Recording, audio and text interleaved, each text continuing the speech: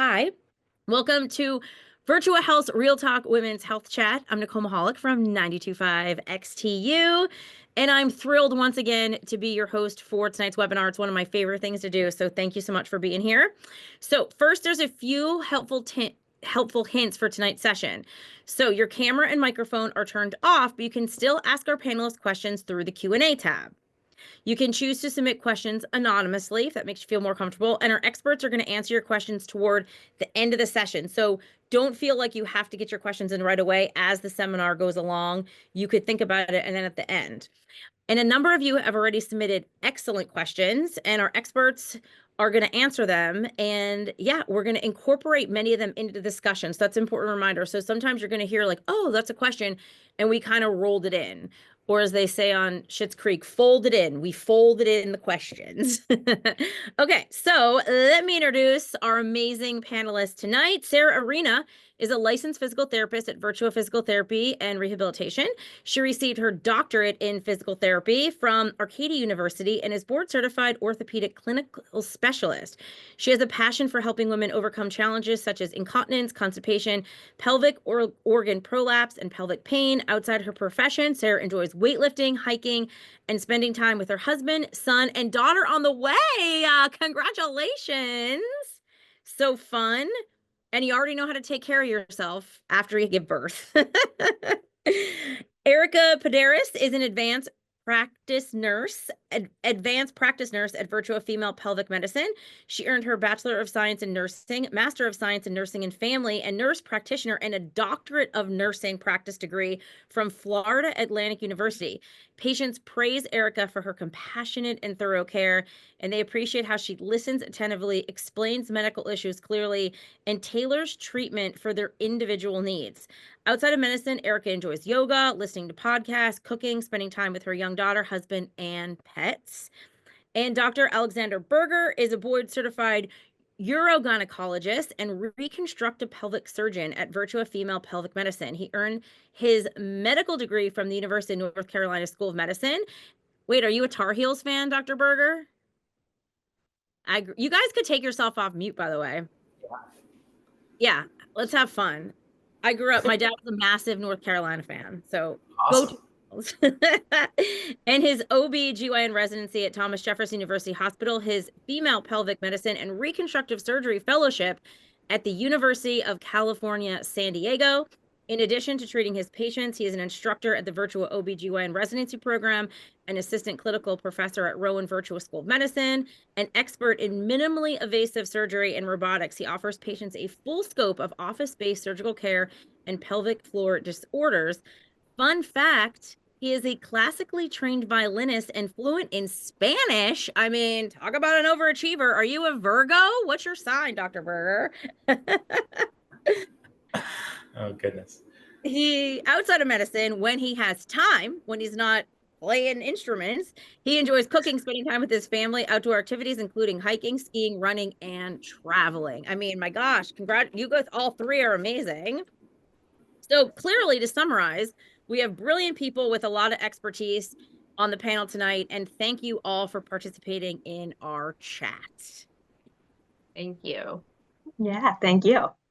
All right, so we're going to dive right in, start with the basics. Can you explain what pelvic floor is and why it matters? Sarah, if you want to kick that off.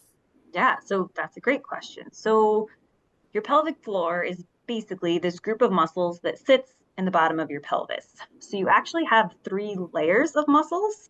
You have an outside layer of muscles, you have a middle layer of muscles, and then you have a deep layer of muscles. And all of those muscles make up your pelvic floor. So these muscles are super important. They have 3 main functions. So one is sexual function.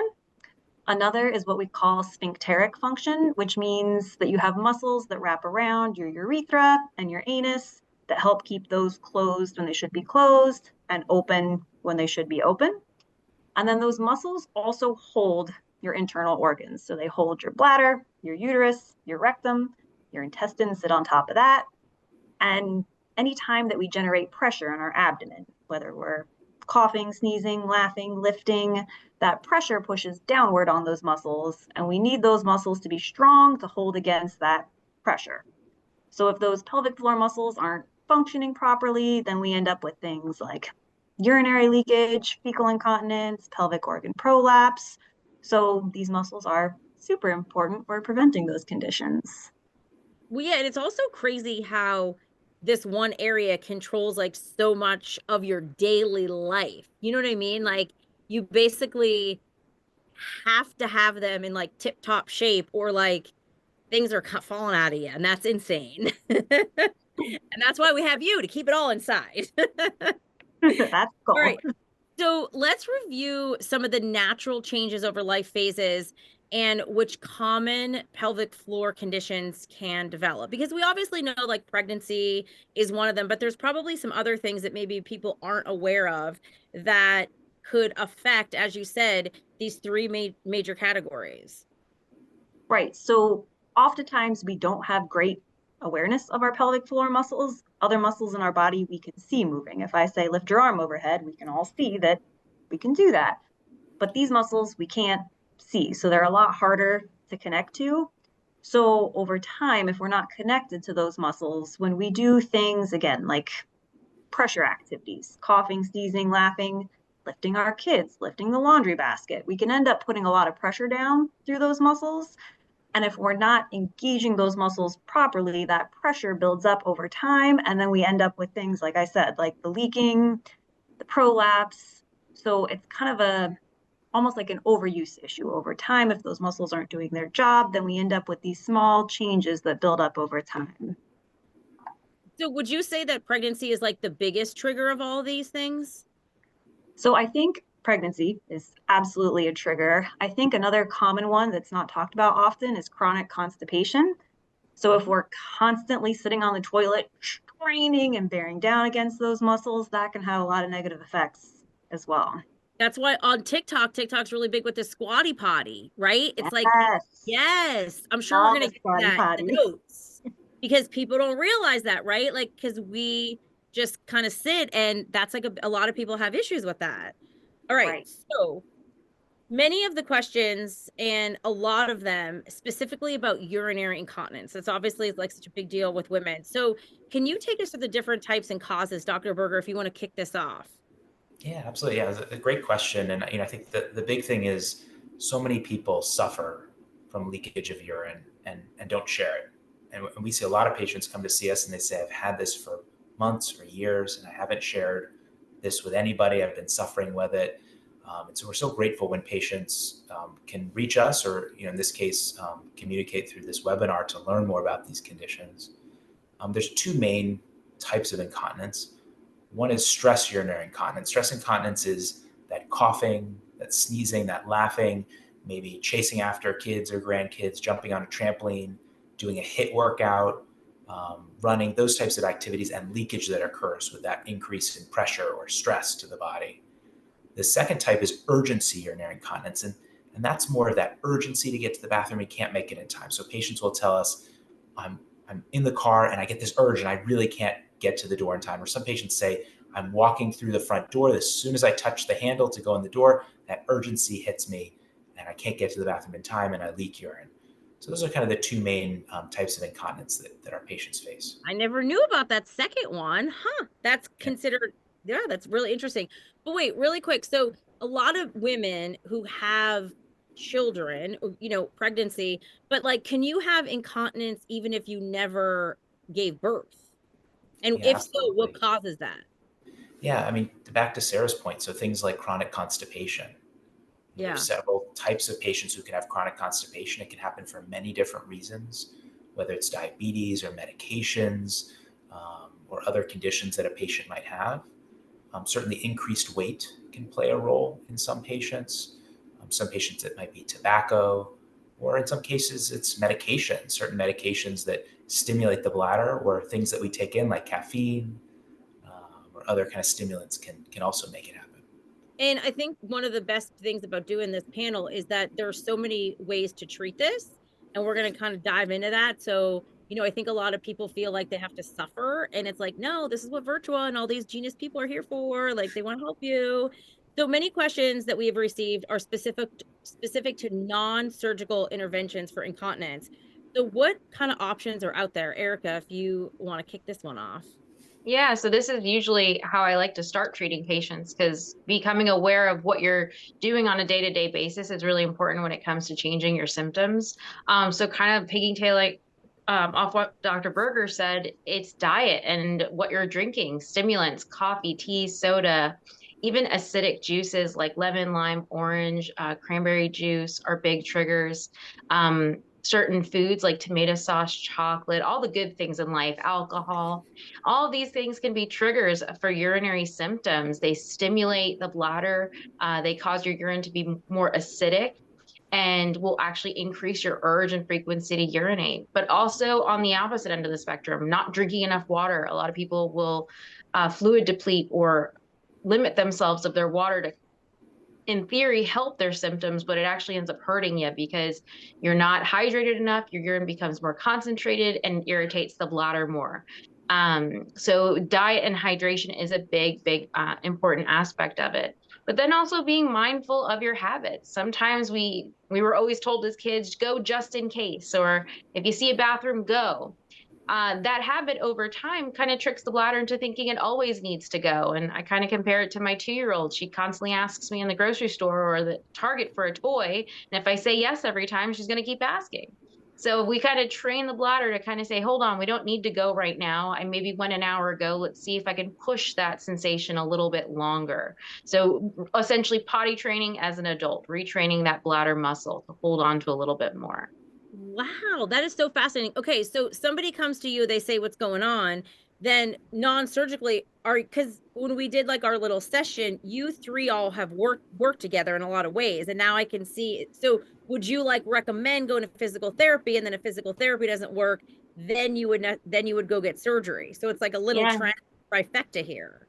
It is. So usually after the behavioral and lifestyle changes we start off that way. And then usually Sarah's my next referral. I say, let's get your pelvic floors tightened up, strengthened up, and let's see if we can improve your muscle tone next before we jump into surgical interventions. But sometimes we do end up there, and patients do need to see other physicians like Dr. Berger and the other providers in our practice for those surgical interventions. But I always have some other tricks up my sleeve. So before I go there, I sometimes like to use topical vaginal estrogen. I will sometimes use medication management if the patient's open to medications for overactive bladder and urinary symptoms. And then we also talk about some bladder supplements. I am a big proponent of bladder supplements and some herbal things over the counter, which I talk to my patients about, that they can pick up on their own at the grocery store. Wow. Wait, so what does the vaginal estrogen do, the topical stuff? Yeah. So we hear of estrogen and we think of kind of all the other things that estrogen does for our body and makes us women. But vaginally, after menopause in particular, when we lose some of that estrogen, it affects the bladder and urethral lining. And it really is an important role in how a healthy bladder functions. So particularly women who are postmenopausal might be dealing with some of these symptoms just as a loss of that estrogen. And doing a pelvic exam is really important to see if that's playing a role in why they're having those symptoms. So is this like the cream, and then like one of my best friend's sisters, like she just is getting the mesh, right? So that's like part of the surgical, that's like the next step, right?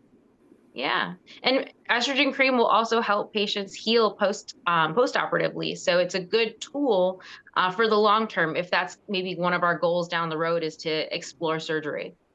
Wow, that's so awesome. Okay, so we know that pelvic PT can play an important role in treatment of many women. Can you take us through what a PT appointment for incontinence looks like, and what can women expect on their first visit? Yes, that is one of my favorite questions because most women come to me day one and they are terrified and they have no idea what to expect. So the first visit, we do a lot of talking. So we bring you in, we ask what's bringing you in, and then we kind of delve into your symptoms. We ask you 1,000,001 questions. We ask you, how many times a day do you pee? Do you pee in the middle of the night? Do you leak? When do you leak? How many times a day, a week do you poop? Do you have trouble pooping? Do you feel like you have to strain to go? And then we ask questions about your obstetric history. Do you have pelvic pain? And then we reiterate a lot of the things that Erika was just talking about, normal bowel and bladder habits and the things that we do day to day that kind of train our bladder to do things we don't want it to do. And then we also do day one, an orthopedic assessment. So because your pelvic floor muscles, they don't function just by themselves. They're part of a team. So they work with the muscles of your hips, of your abdomen, of your back, your breathing muscles. So we kind of assess all of those. So we're doing a tour, sorry. Oh, you're okay. So we look at all those different pieces. And then day one, we also talk about a pelvic floor muscle assessment. So a pelvic floor muscle assessment is something that we usually recommend at the second visit. It is an internal vaginal exam. We do not use stirrups. We do not use a speculum. We use a single gloved finger, and we can go in vaginally and feel each and every one of those pelvic floor muscles, and we can assess, can those muscles contract? Can they relax? Can they do the right thing at the right time? And that really helps us figure out how your muscles are functioning or not functioning and what they need to do better. So that's something we talk about day one. If it's something you're comfortable with, we will do that at the second visit. But I think it's important to remind people that that exam is not required. If it's something you're wildly uncomfortable doing, there are plenty of other things that we can do to try to help your symptoms without that exam. I kind of say that that exam is kind of like the gold plan for treatment, and that's going to be the most direct and effective way to treat your symptoms. But again, if that's something you're not comfortable doing, we kind of have the silver plan, which is doing everything else that we do without that exam. And usually we still have good results. So I think some women are scared to come to pelvic PT because of the thought of the internal exam. So I think it's important to let women know that if that's what's holding you back, don't let that be the reason. Come in, there's still lots that we can do. Yeah, I think so many women don't realize that there are so many treatments and there's so many different ways. So what would you say the success rate is for getting that under control, or at least improving using physical therapy? So I would say we have pretty great results. I think it depends on two important things. I think one is how long have you been having symptoms? The longer they've been going on, the longer it takes to resolve. And the other thing is that how often are you doing your home exercises that we prescribe? But if you are doing those home exercises consistently, I would say most women within that 6 to 8 week time frame do see improvements in their symptoms. Listen, I get it. I'm terrible at physical therapy PT at my homework. I'm like, can I just come 3 days a week? She's like, no, you got to work on your squats at home. You got to activate your glutes. It's so annoying. So I get it. That's hard, but do your homework because it works. It works. Right. All right. So how do we know, Dr. Berger, that surgery is the right option, and what does that look like? Like, what does a surgical candidate look like for something that you would, when it's your turn to now dive in? Yeah, no, it's a great question. And, with our evaluations, we certainly use shared decision making. So as we've all sort of mentioned, we'll talk with patients a great deal, understand what their symptoms are, how they're affecting their quality of life, what their goals are, what are they hoping to get back to doing. And then I review the whole scope of treatment, whether it's non-surgical or surgical options. And when patients say, well, when am I a candidate for surgery? It's usually when either the non-surgical options are not feasible or not appealing, or a patient has tried the non-surgical options and they haven't worked. And in those cases, as we prepare for that time, we'll also go through the patient's medical history and see if they need any special clearances or special testing before surgery. But ultimately, the goal is to help them make a decision that makes sense for them. And for some patients, that's surgery. So what are the types of surgery for incontinence, whether it's inpatient or outpatient? What are the success rates? And then there's a lot of medical terms. There's like mid-urethral sling, a bladder Botox, neurostimulators, and InterStim. Did I say that right? Yeah, lots of terms there. So I think the big All the exciting Grey's thing Anatomy that I watch. the exciting thing about our field is our field has been a boarded field for now 12 years. And so in these last 12 years, people like myself have done 3-year fellowships in this, and then gotten not only boarded in OBGYN, but then a second board with another written exam and oral exam and all this kind of stuff. So the amount of training and advancement in our field is really exceptional. Wait, so it's only been 12 years that this has specifically been boarded.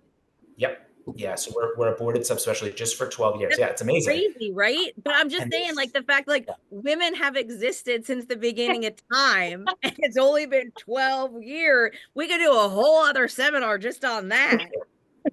Absolutely. Yeah. And to that point, it's changing and growing and expanding and advancing so quickly. So to answer a lot of questions, actually all the surgery I do is outpatient. Patients go home the same day. I do not admit patients. Patients do not have to be admitted after surgery, whether it's a very short and minor surgery or a very complicated robotic surgery that I do. I did one today that was 4 hours long, and the patient went home about 3 hours after the surgery. And that's really a testament to the advances in medicine. We now have robotic surgery where we do little incisions on the belly.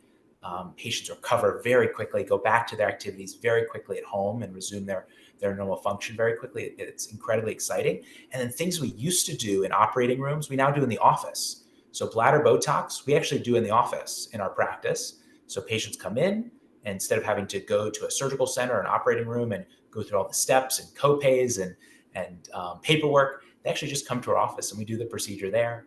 We do a form of acupuncture called percutaneous tibial nerve stimulation. It's a mouthful, but it's basically a form of acupuncture in our office, and that goes really well. But some of the procedures like the sacral neuromodulation or InterStim, we do in surgical centers. The robotic surgery or vaginal surgery, we do in surgical centers or in the main operating room. And then to your question, mid-urethral sling is a type of surgery for stress urinary incontinence, that leakage when you cough, sneeze, and laugh.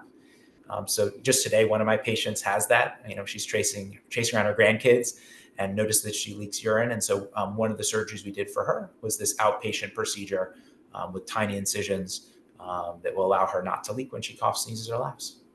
Wow. Wait, and is bladder Botox like legit Botox that like people get? It's like, Botox is quite the thing, isn't it? Yeah. Wow. Yeah, it's a wonderful, effective treatment. Certainly, we always offer the full scope of treatments, things like physical therapy and behavioral modifications, medications. But for some patients, they elect for, or it's really appropriate for them to do injections of Botox. But instead of in the face or the neck or other muscles in the body, we do a small procedure with a camera looking into the bladder through the urethra, and then a very, very, very narrow needle that goes through that camera and injects the Botox, just kind of like a flu shot, but instead of the muscle of the arm, it's the muscle of the bladder. And patients go home, they drive themselves home and resume all their normal activities immediately. And it's a very effective treatment for overactive bladder. Dude, science is so cool. You know what I mean? It's like, yeah, I think like we need to make t-shirts like science is cool. Like it's amazing. All right, let's switch gears and talk about pelvic prolapse. What is prolapse, and could you take us through some of the symptoms and risk factors, Erika? Yeah, so prolapse, fancy word for do you feel like something's falling out of your vagina? Now, it's not going to fall out in the grocery store. I don't want to scare anyone because you're not going to lose your bladder in ShopRite, but you might feel a bulge when you're wiping, or you might feel like something's just a little different down there.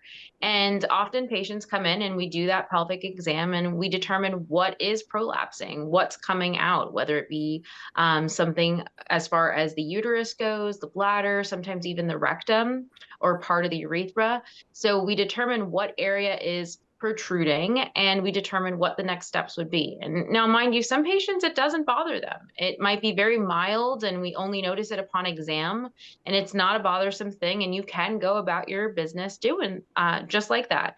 And maybe doing some physical therapy and some strength training can help limit the worsening of it over time. But if it is something that's more severe or, let's say, bothersome to the patient, then we talk about whether it be an in-office procedure such as a pessary to kind of help keep everything in place, or if surgical options are the best route for you, then we talk to Dr. Berger and his counterparts to see if we can either have the organ lifted back up through one of those surgical procedures, or if it's something like the uterus, do we want to remove it? So this goes back to what Sarah kind of said in the beginning about the weakened muscles. So the weakened pelvic muscles are what causes it to start to hang down, right? Yeah, the weakness, or like she said earlier, the straining, repetitive straining over time, whether it's to urinate, have a bowel movement, even a prolonged labor where there's excessive pushing, can cause a prolapse over time. And so is it big? Like what are you feeling down there? Like when people feel it? Yeah, it can range anywhere from, let's say, a small bulge like a golf ball to a baby's head sometimes. And that's they're feeling the bladder. Whether it be the bladder or the uterus, yeah. And sometimes there's a little bit of a rectal component if we've got someone like with constipation who's chronically pushing. Oh, so that's what you were saying. So you were basically saying that like if you can get your uterus removed, depending on what's going on, how old you are, all those things, that could be a part of it. So that would like get rid of the issue. Yeah, so Dr. Berger, I don't know if you want to piggyback on that because you have a lot more experience in the prolapse department than I do in our practice. Yeah, no, thank you. Yeah, and it's a good question. So in terms of the surgical management, we have lots of options. So patients always have the option of removing the uterus, and actually several surgeries, including one I did today, we actually keep the uterus in place. We don't even remove the uterus and are able to fix prolapse. So some patients come in and feel strongly that they want to not have their uterus removed. They don't want a hysterectomy, and that's absolutely fine. We keep the uterus in. I have great surgeries to do that. Some patients want a surgery where I place a mesh to reconstruct their prolapse. Kind of like if you had a hernia of your belly button, the general surgeon might put a piece of mesh. We do that at times as well for certain patients, and some don't, and we use sutures to reconstruct it. And then there's even some patients who are older who may not be sexually active anymore and are comfortable with it, and we actually do a closure procedure. And that's usually 80, 90-year-old patients, but we have different options for different situations, and we again tailor or customize that surgery based on the patient's preferences and goals. Fascinating. Wow. Okay. All right. So we received a lot of questions about exercise. Women want to know what are the best exercises to strengthen those pelvic floor muscles, recommended frequency, and do they actually work? I mean, we all heard is it Kegels, right? Like, is that still a thing? I feel like that was like a big thing, everybody do your Kegel exercises, but it would talk about like, for like better sex, but I'm assuming if you want to keep your bladder in, that might work too. Yes, that's one of my favorite questions is how do I strengthen my pelvic floor? But it's also one of the most like difficult questions to answer. Because a strong pelvic floor is not a pelvic floor that walks around holding on for dear life all day long. A strong pelvic floor is one that can relax at rest, can contract when we need it to work, and then can relax afterwards. Right, when we hear pelvic floor strengthening, everybody thinks Kegels, however you want to say it. But no one ever really talks about like how to do a Kegel. And there's a lot of information out there. Are they good? Are they bad? And the answer is really, it depends on you and your muscles. But when I do an exam with a patient and we check to see if they can do a Kegel, I usually describe it and have them visualize as like, roll with me here, imagining that there's a blueberry at your vaginal opening, and then taking your muscles and sucking that blueberry in and then letting it go. And that's usually how I get most women to generate a Kegel. But if you do that and you see your like butt cheeks clenching and you're like bouncing up and down, or you see your stomach tightening, that means you're probably using some other muscle groups to help out your pelvic floor muscles and could likely benefit from doing some pelvic floor PT. So it's a lot more too than just Kegels. We also, like I said earlier, look at the muscles in the hips, in the abdomen. We look at breathing. A lot of women are surprised to learn that the way they breathe affects their pelvic floor, and that we can use different breathing patterns to help engage pelvic floor and to decrease that downward pressure that puts us at higher risk for prolapse.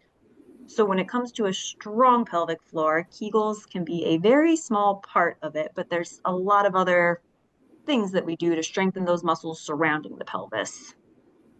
Yeah, and it is crazy when you think about all the different muscles that like work in that area, and it's like just a quick personal story is that I always thought that I had really tight hip flexors, but like it turned out that I was never actually like I was using like the front of my body instead of the back. So long story short, I thought I needed pelvic PT, but it turns out I really needed to like learn how to re-strengthen my glutes and hamstrings. So like I didn't actually just like lean forward all the time where I thought I was in my physical therapist is in Bala Cynwyd, but it's like she taught me how to like, I never realized you had like lower and upper abs. I just always thought your abs were here. And she was like, you have to like zip up. And like, people don't realize that a lot of times in physical therapy, it's these little tiny movements, these little muscles. Like using the blueberry was such a great example where like for the first 3 weeks, I just lay there and she'd be like, you know, you're not moving your lower abs. Like, I was like, I don't know where they are. And it's just like retraining your brain and that brain and muscle connection. And it's so fascinating. That's why when, you know, being able to do these webinars and meeting people like you guys who literally specialize in these things, especially for women, like it's like for only 12 years, it's been board certified and we've been having these issues forever. So it's just women are, I think women for so long like didn't realize they could feel better. And now it's like Virtua has this whole program where it's like you're supposed to be able to feel like your best self and like enjoy all these things, no matter how old you are. You know, people are like, I'm old, I'm 55. I'm like, 50 is the new 35, people. Like, you know, make sure you feel better. All right. So if PT doesn't provide complete relief, what surgical interventions are available for prolapse? Actually, Dr. Berger, I think you kind of touched upon that. Was there anything that we didn't hit? No, I think it covers it, and it really is collaborative. We send probably 2/3 of our patients to pelvic floor physical therapy, and as you said, if patients don't get the relief they're looking for, or it's not something that works for their lifestyle, then yep, they'll come back and see us. We'll talk more about surgery at that point and offer those different options I mentioned. Awesome. So a lot of questions coming in, but specifically even before about women suffering pelvic pain during sex. So Erika, what causes that and how can it be treated? Yeah, so this is kind of where I see a lot of patients in practice. So we've been talking a lot about so far about strengthening the pelvic floor, but what we don't realize is that a lot of people walk around with a tight pelvic floor on a regular basis. And when I say tight, I don't mean strong. So a strong muscle is not a tight muscle per se.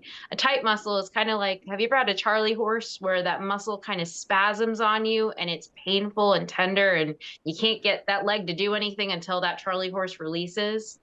That's what a tight pelvic floor muscle is, where these small individual muscles inside the pelvic region, vaginally, rectally, are really, really in spasm, and their inability to relax causes pain. It can also cause other symptoms like itching, burning, irritation, or rawness vaginally. And a lot of patients will come in with that initial symptom of, I started having pain with sex, or sex was never painful to begin with, or maybe I've had pain with sex my whole life. So addressing if your muscles are tight to begin with and really retraining these muscles to relax and function normally can be helpful when it comes to having less pain with sex.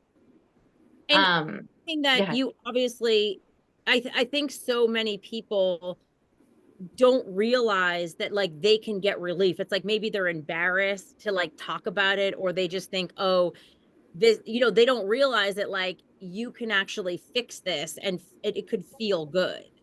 Yeah, because a lot of women will kind of say, well, I've tried to have a glass of wine to relax, or I try to do all these different modalities, but it's not something that you have to suffer with or bear through during the act of. Sex should be pleasurable and it should never hurt.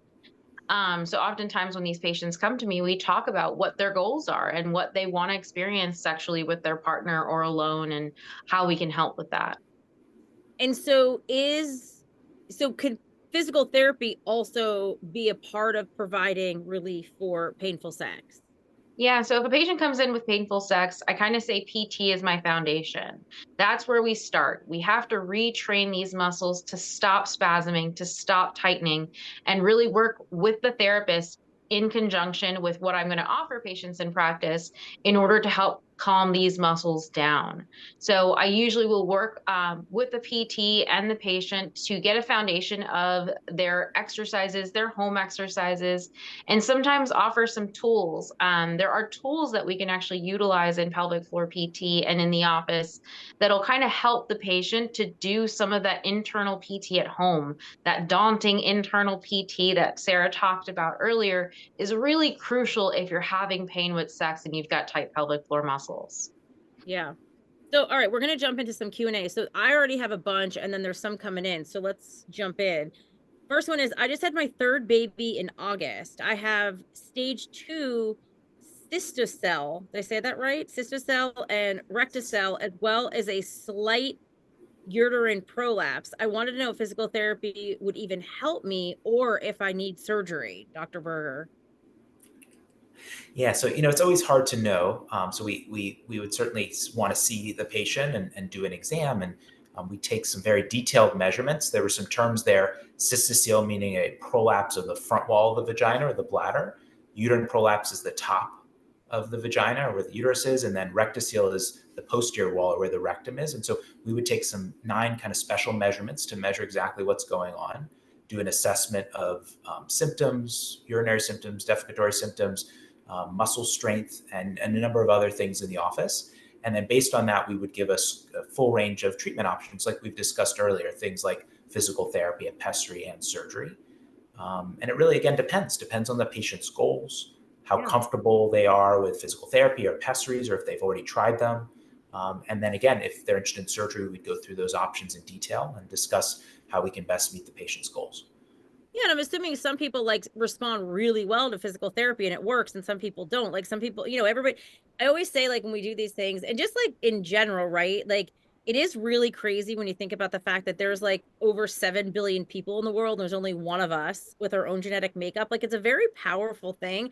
So people are like, oh, well, my mom had this, or my friend had this, but it's like, you're you, so what works for you may not work for someone else. So like, don't do the whole thing of, like, why doesn't this work for me? Or, you know what I mean? Like, this is why you have these amazing experts that are here to help you to feel your best. So yeah, and our overall goal, our main mission in our practice, our overall practice at Virtua, is to improve a patient's quality of life. So improve the people on this call or patients who are writing in. It's our goal to improve their quality of life. So it's our job to understand, what is quality of life to you as the patient? What are your goals? And then our only goal for you is to help you reach those goals. And so we would work collaboratively with you as the patient to understand what those goals are and get you across the finish line. I have an urge to go to the bathroom. When I get there, I only have to tinkle. That's what only thing that comes out. What does that mean, Erika? Yeah, so one, that can mean that you're not drinking enough fluids. So sometimes if you're not hydrated enough, that bladder pressure isn't filling and you're getting to the bathroom with that sensation that you need to go, but maybe your bladder hasn't reached its capacity yet. It hasn't filled its all to its full capacity, and you're not getting a nice, strong, forceful stream when the bladder is bearing down on its own to urinate. But it can also mean other things. There could be problems or dysfunction in the urethra. Your pelvic floor muscles might not be strong enough to help your bladder contract. So being mindful of all the different avenues, having an exam, having us assess your bladder, making sure, I always hate to say this word, but urinary retention is also a possibility too. Maybe you're not emptying your bladder fully and there's some urine left behind. So every time you do go, you're getting a little bit out each time. So making sure that that's not part of the problem is important to assess why maybe you're going to the bathroom so frequently and only a little comes out. Does a UroGYN treat fecal incontinence, Dr. Berger? Yeah, absolutely. So fecal incontinence is the leakage of feces unintentionally. And that can be solid or liquid feces. It can depend on a lot of different situations, but it's absolutely part of our field. We often work collaboratively with pelvic floor physical therapists after they kind of see us to help kind of rehabilitate various issues that might be causing that. But we also work closely with GI and other specialists who may be able to intervene and work on some other factors that may cause that. Right. It is wild how the body all works together, right? It's like how it goes in, how it processes, what happens, like all those things. So you might need to, fascinating. How long of doing pelvic floor exercises until you feel relief? This is the comparison thing. We can't be comparing ourselves, right? Yes, I have some people that go home, they do their exercises, and within a week they come back and say, wow, I'm already feeling a difference. And then there's some other people that, again, that have been dealing with these symptoms for years. And sometimes those women, it takes usually, again, around that 6 to 8 week time frame, we notice some change. It might not be 100% improvement, but we should say, wow, I noticed that I'm leaking 50% less than what I was 6 to 8 weeks ago. Yeah, I could just see like, oh, I was at the PTO meeting and, my son's mom said that she felt better after 2 weeks. It's like we can't be comparing ourselves, listen to the experts and know that everybody's body is different. But I'm sure it does get frustrating because you're like, oh, if Mary Jane got better in a week, why don't I feel good? Well, maybe you need surgery, and that's where Dr. Berger comes in. Okay, am I saying this right? Tibial nerve acupuncture. Is that how you pronounce it? Yeah. What is it, and does it work? Do you want me to take that, Dr. Berger? Sure. Yeah. Go for it. Yeah, so it's an acupuncture procedure we do in the office where literally a small acupuncture needle is placed in the nerve that helps to stimulate the bladder. So it's kind of found by your ankle. And we place the needle right there in the ankle, yeah, on the inner aspect of the leg. And a small stimulator is attached to it. And you kind of sit in the chair for 30 minutes and let it do its thing. Usually patients come in once a week for 12 weeks for these treatments, and patients do see a good success rate at the end of their treatments. It's kind of a long game though. You've got to come in for all 12 sessions in order to see relief. But it is really nice because there's little to no downtime. You're hanging out in the office for 30 minutes, bring a good book, and patients can go home and start to see relief without having to do much of the other avenues of, let's say, physical therapy or surgery, or even medication management if that's not something you're interested in. Yeah, you see all those Chinese medicine doctors on TikTok doing all these different press points, and I'm like, and they were right. So it's like, who knew your ankle and your bladder are connected? There we go. All right. Will yoga strengthen core muscles and help reduce belly fat? I seem to get winded easily with minimal exertion. And will yoga help with breathing? So, yes, I would say that yoga can absolutely help with core strength and with breathing. A lot of the people that instruct yoga coordinate movement and breathing, which is fantastic. When it comes to body composition, I think that we tend to see the most body composition changes with consistent habits when it comes to diet and exercise. And also keeping in mind that patience is key, that changes do not happen overnight. Right, right. Would you suggest a good lubricant for painful sex, Erika? Yeah, so lubricants are important. I do recommend lubricants. I personally use a product called Slippery Stuff in the office. I actually use it during my exams for patients. And it's a pH balanced water-based lubricant, but there are others out there like Uber Lube and Good Clean Love makes a nice brand product. But whatever you use or choose, you want to make sure that it's unscented, pH balanced, and that you want to make sure that if you're using, let's say, sex toys or other items in the bedroom, that it's safe for your toys as well. You don't want anything to break down a condom or a toy in the bedroom and cause infection. Right. So another question is it estradiol? How do I say Estradiol, yeah. estradiol? I was close. And coconut Yeah. oil, and it said or coconut oil to reduce pain during sex. Yeah, so estradiol is that estrogen cream we talked about earlier. So yes, definitely is something that can be prescribed for pain with sex. That can be used on a routine basis in order to rebuild some of that vaginal tissue to help decrease having pain with sex and decrease tearing or ripping. I don't always recommend coconut oil though inside the vagina. For some people, that can actually cause or introduce bacteria, creating infections. So for the outside vulva, kind of if you think where your hair grows, that's a good place for coconut oil. That's a good place to use it as a moisturizer if you're feeling dry in the vulva, but not necessarily internally for any type of sexual activity. Dr. Berger, is fecal incontinence related to urinary incontinence, and is it common to have them together? Yeah, absolutely. Yeah, great question. So both are caused by the similar causes that we talked about earlier: childbirth injury, increasing age, chronic constipation, or some of the potential sort of commingling causes. And patients often can have them together. So we screen for both of those conditions in the office. And the treatments are different. Some are related, but some are different. And again, we would kind of focus on whatever kind of bothers the patient the most. Interesting. Erika, can having bad bladder infections when I was younger have anything to do with my urinary incontinence now? Yeah, sometimes if these infections don't heal, or if, let's say, it's caused trauma to your bladder over time, whether it be chronic inflammation or cystitis, just that fancy word for inflammation of the bladder, it can cause some detriment to how your bladder functions and maybe lead to some urinary issues down the road. Is it a true cause and effect?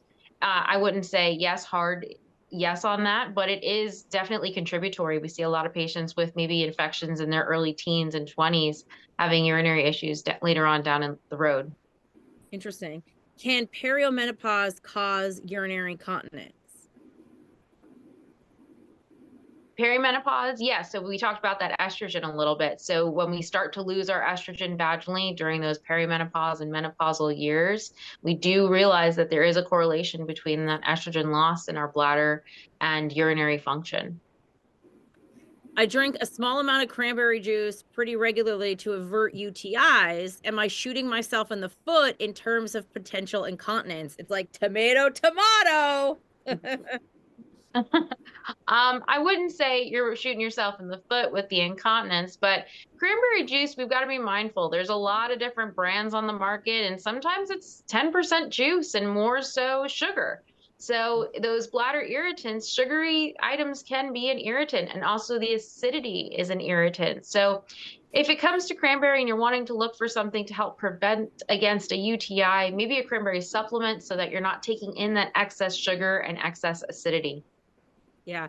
And if you just get just cran that like they have at Whole Foods, that's like like it's like so tart.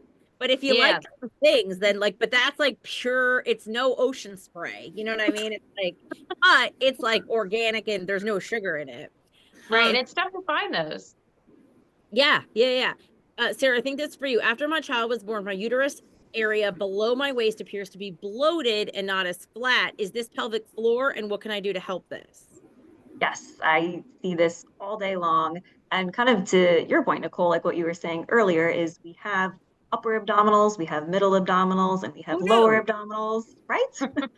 And those muscles get stretched out during pregnancy. And oftentimes they kind of get turned like offline after pregnancy.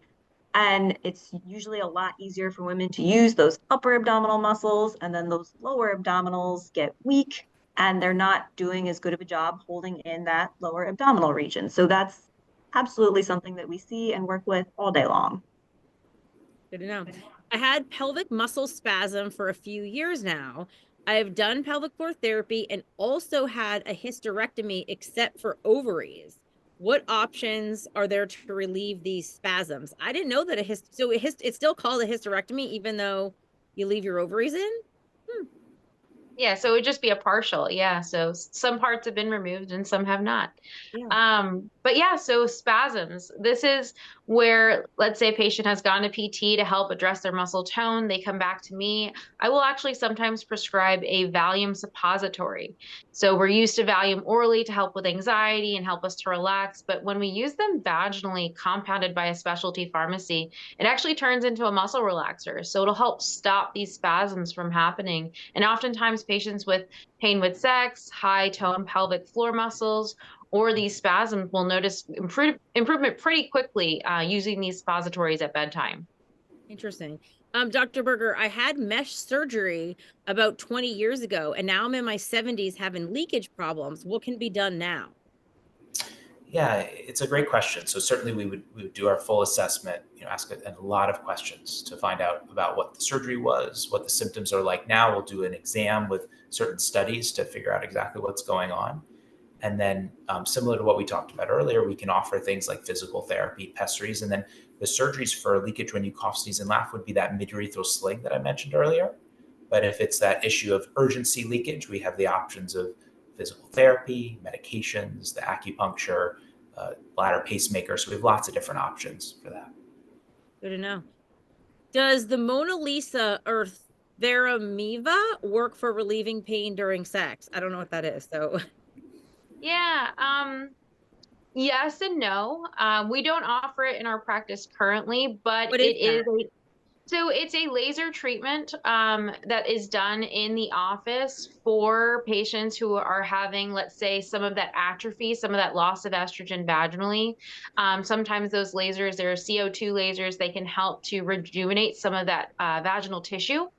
It is pretty pricey, so it is something that sometimes insurance companies don't love to cover, so it would be an out-of-pocket expense. So I would kind of call that plan, let's say D, kind of roll through some of the other options first that are less expensive and maybe easier to do before we kind of whip out the pocketbooks on that one. Makes sense. This is a great question. Are UTIs a symptom of poor pelvic floor performance or just an infection? That's a good question. I wouldn't necessarily correlate the two, but oftentimes what I find is that patients who've got pelvic floor issues also have bladder issues. They go hand in hand.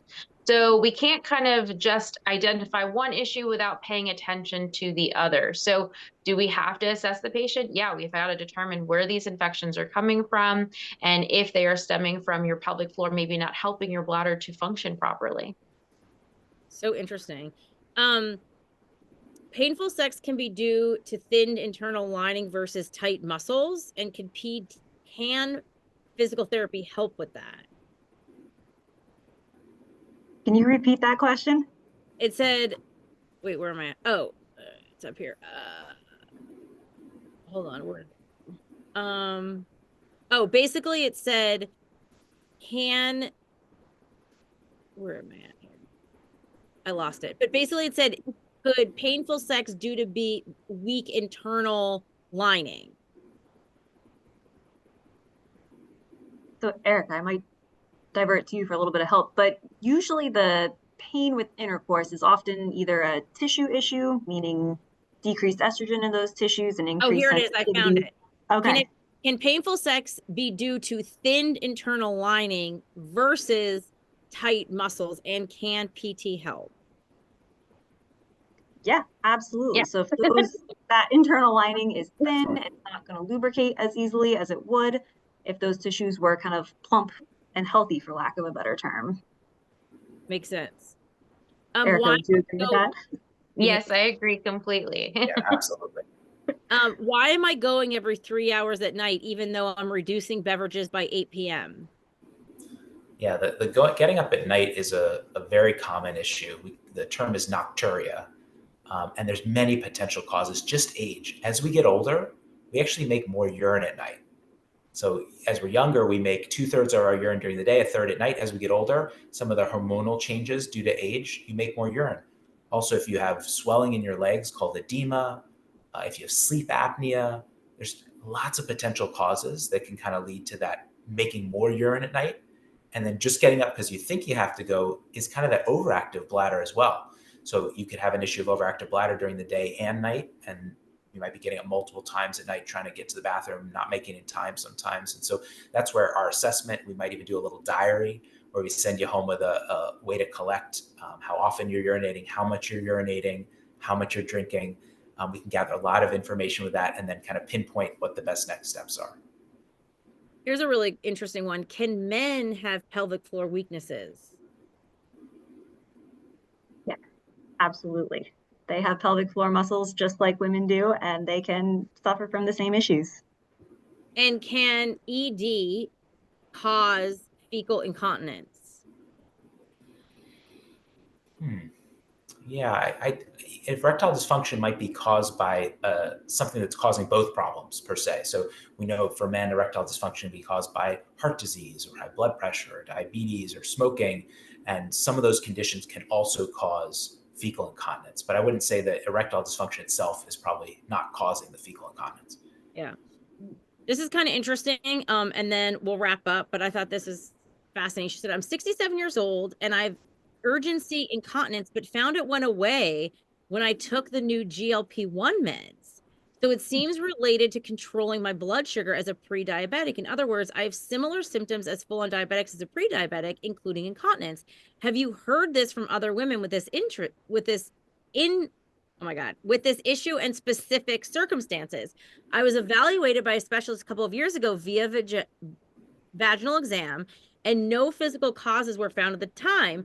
changing my diet and controlling the blood sugar issues with the medication made such a huge difference for me. Yeah, definitely. I mean, I think as Erika pointed out earlier, we know sugar is a big irritant to the bladder.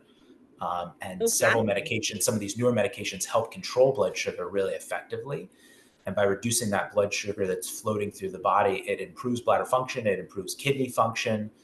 Patients have improvement in urination. We have a great weight management group here at Virtua, both medical and surgical weight loss. And we work collaboratively to help address those types of issues. That's amazing. How does prescription Gemtesa work for bladder frequency? Erika, do you want to take that one? Yeah, so Gemtesa and other medications like it, they help to help improve your bladder capacity, your ability to hold onto this urine. Oftentimes, overactive bladder is a sensory issue where maybe the bladder is telling the brain too frequently to go to the bathroom when the bladder is not completely full. So medications like that are going to help your bladder to hold on to more urine so that you don't have to go as often, therefore reducing that urge and frequency. So awesome. This was so informative and fascinating, like always. But before we end, we always like to end with one piece of advice that our experts would like to share. So what is the one key takeaway for someone struggling with pelvic floor disorder? What would it be? Erika, if you want to kick it off. Don't be afraid to talk about it. Have these conversations, say something to someone in your healthcare team, and they'll point you in the right direction. It may seem taboo, but it's 2025 and we're talking about these things now, and there's definitely options. Yes. Sarah? I would say that just because it's common does not mean that it's normal and does not mean that you need to live with it forever. And there's help.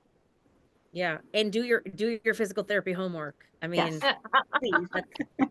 Listen, I mean, I know, but like, you don't have to do multiplication when you're an adult, but you got to do your PT homework if you want to see result. If you want to be a show off, jumping on the trampoline, you know what I mean? You got to do your homework. Dr. Berger, what about you? Yeah, I would just add, if you're comfortable, share it with your friends, share it with your family, and bring somebody with you to the appointment. So many of our patients find that a loved one, a family member, a friend can add insight into their care, can reinforce some of the counseling and discussion and education that we do. And we find it really helpful, especially with these conditions where the follow-up, the things that you do at home may be really important.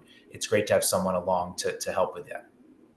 Yeah, it's so good. And I think what we talked a little bit about too is that like, you don't have to suffer. Like Virtua has these amazing programs, all of you brilliant, medical professionals that want you to feel better and like live your best life. And, let's talk about it. It's 2020. It's almost halfway through 2025. Like, what? That's insane.